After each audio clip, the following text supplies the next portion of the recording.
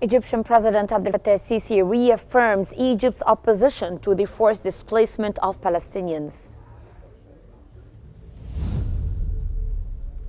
The Egyptian leader meets the Lebanese Prime Minister at the Arab Islamic Summit in Riyadh. And His Excellency President el-Sisi meets Jordanian King to discuss the Middle East region.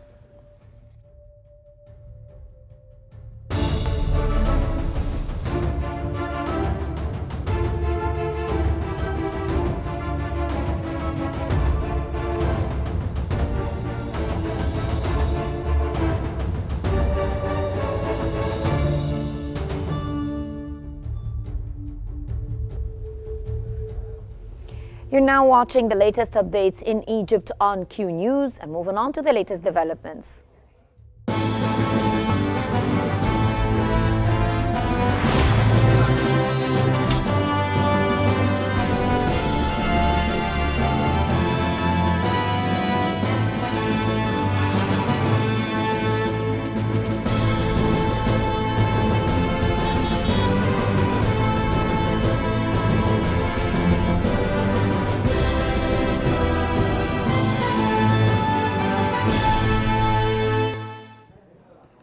President Abdel Fattah el-Sisi has emphasized the region's complex situation and ongoing aggression against Gaza and Lebanon during his speech at the Arab Islamic Summit in Riyadh. The Egyptian leader further stated that the future of both the region and the world is at crossroads and that the aggression against Gaza and Lebanon will not be accepted. President el-Sisi reaffirmed Egypt's opposition to plans aimed at the forced displacement of Palestinians, stressing that Egypt has long shouldered the responsibility of leading the peace process and remains committed to it.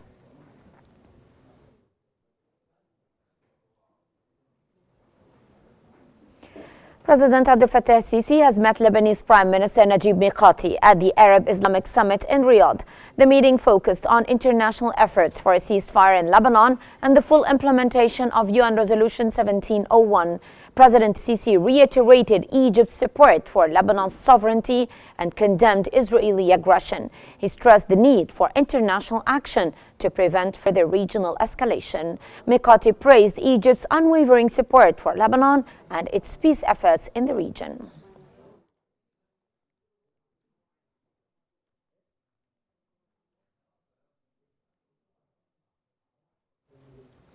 President Abdel Fattah el-Sisi has met with Jordanian King Abdullah II on the sidelines of the Arab Islamic Summit in Riyadh. A statement from the Egyptian presidency spokesman revealed that the two leaders discussed the ongoing situation in the region and the efforts of Egypt and Jordan to push for a ceasefire in Gaza and Lebanon. Both leaders expressed concern over the escalating policies threatening to push the region towards catastrophe. President el-Sisi and King Abdullah also reaffirmed their shared stance on rejecting forced displacement and the erasure of the Palestinian cause, calling on the international community to take decisive steps to end the conflict and initiate a peace process based on the two-state solution.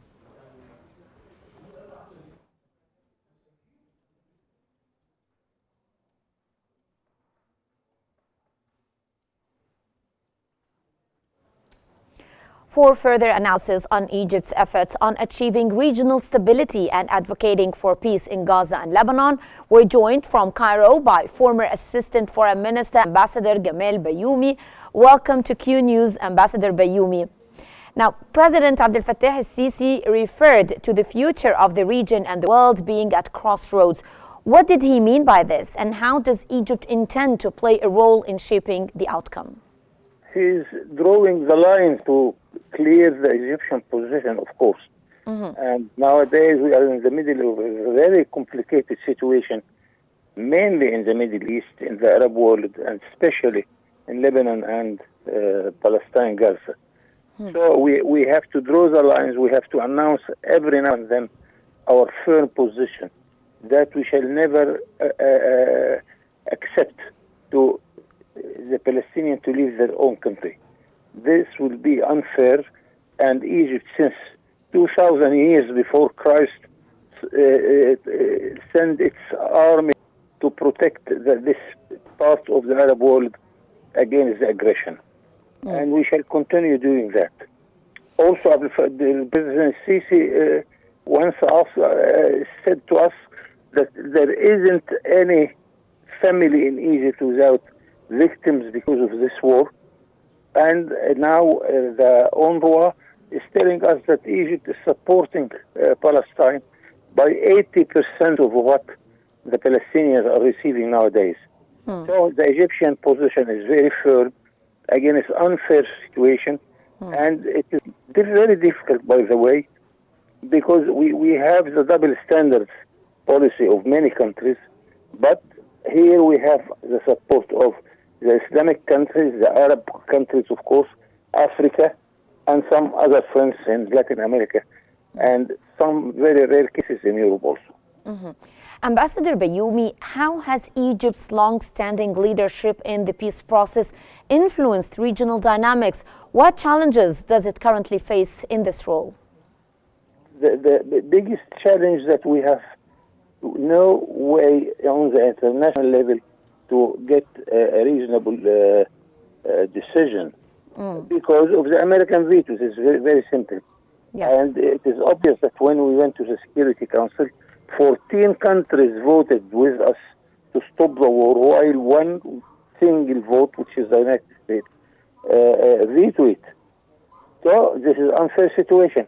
Same time that it's not a secret that they are encouraging Israel to doing that, whether by weapons, whether by army, and the fleet is waiting for to help Israel by information, is staying in the Mediterranean and the Red Sea, and over and above $14.5 billion in cash from the government of United States of America on the account of the American taxpayer in a country which is suffering from bankruptcy. The government there was on the point to announce its bankruptcy unless it allows them to borrow much more money. This is a very complicated situation, and but we know it. We are very solid. We are very frank when we talk to the Americans, because we are not seeking any problem or war which involves United States in our area. Definitely. Well, in his meeting with Lebanese Prime Minister Najib Mikati, President Sisi emphasized the need for a ceasefire in Lebanon. In your opinion, what steps are Egypt and Lebanon taking together to push for peace? Same thing. And Lebanon is suffering from this attack. But we have two weak positions. That the Hezbollah is acting on its own without any coordination with the government. On the Palestinian side, that Hamas is acting without any coordination with the PLO. This makes our position a little bit weaker. But, of course, we shall support them and we shall stop any attack against them. And but Lebanon, as you will know, that it's a country with a difficult political situation without a president since more than 2 years. And I hope that the Lebanese can come to reason between themselves also, because this position is weakening their stand in front of the problem and in front of the international justice operation. Yes. Also on the sidelines of the summit, President Sisi met with King Abdullah II, and during the meeting, President Sisi expressed concerns about the escalating regional situation. What shared goals do Egypt and Jordan have regarding the ceasefire and peace in the region? Egypt and Jordan are a special case because they are the only countries which recognize Israel, which they have ambassadors in Israel and exchange in diplomatic relation with Israel. So they have their ways and means to convince Israel and to talk to Israel directly without any intervention from any country. So the coordination between Egypt and Jordan is very important. I witness it since the decades now. And of course, they know what they are doing, and they are in the best position to deal with this matter, although the whole situation is not that easy. Yes, definitely. That was former Assistant Foreign Minister, Ambassador Gamal Bayoumi. Thank you very much, Your Excellency, for your valuable insights.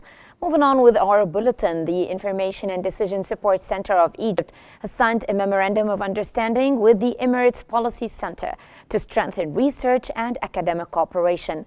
The signing occurred during the 11th Abu Dhabi Strategic Forum, where Dr. Osama El-Gohari, head of the IDSC, praised the partnership.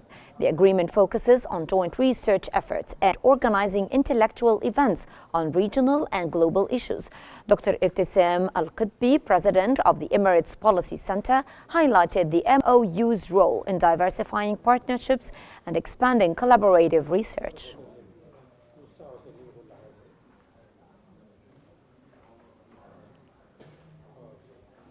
The Piercing Arrow 2024 Egyptian-Saudi military exercise has commenced in Egypt's southern military zone, bringing together ground, air, naval, and special forces from both nations.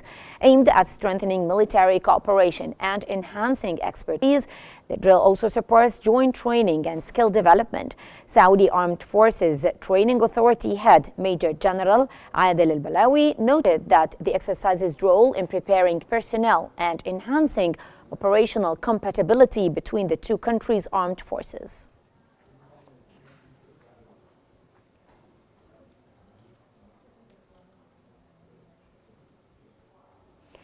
Prime Minister Dr. Mustafa Madbouli has chaired the second meeting of the Ministerial Group for Entrepreneurship, focusing on enhancing startups and the entrepreneurship environment to drive sustainable economic growth and create job opportunities for youth. He further highlighted Egypt's potential to excel in this growing global sector, noting the country's talented workforce and the government's commitment to strengthening this field.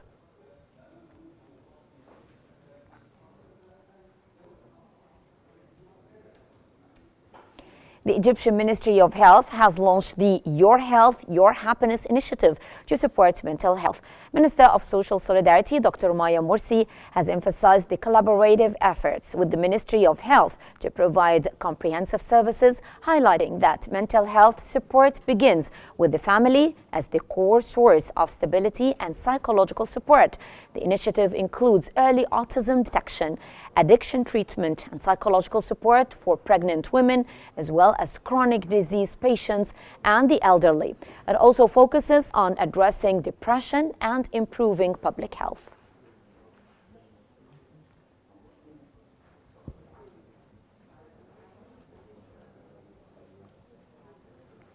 Moving on to economic news, the Central Bank of Egypt has announced a 65.5% year-on-year increase in remittances from Egyptian expatriates in August, marking the sixth consecutive monthly rise. The central bank reported in a statement that remittances rose to approximately $2.6 billion in August 2024, compared to about $1.6 billion in August 2023. Additionally, remittances from the period from July to August 2024 increased by 76.2%, reaching around $5.6 billion compared to approximately $3.2 billion during the same period last year.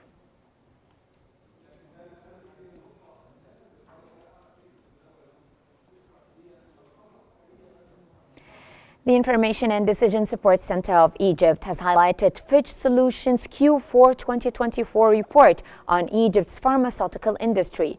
The report forecasts growth through 2033, showcasing Egypt as North Africa's largest drug market, with strong local manufacturing and expanding healthcare coverage.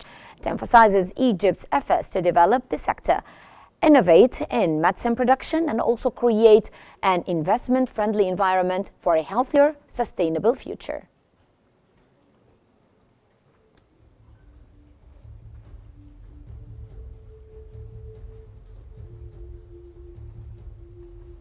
And that brings us to the end of our news bulletin. Here is what we have been covering. Egyptian President Abdel Fattah al-Sisi reaffirms Egypt's opposition to the forced displacement of Palestinians. The Egyptian leader meets Lebanese Prime Minister at the Arab Islamic Summit in Riyadh.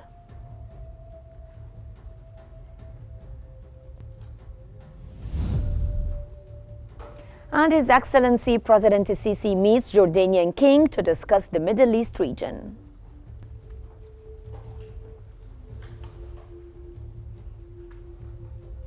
And that's all for now. Remember to stay updated by following Q News for the latest developments. Thank you very much for watching.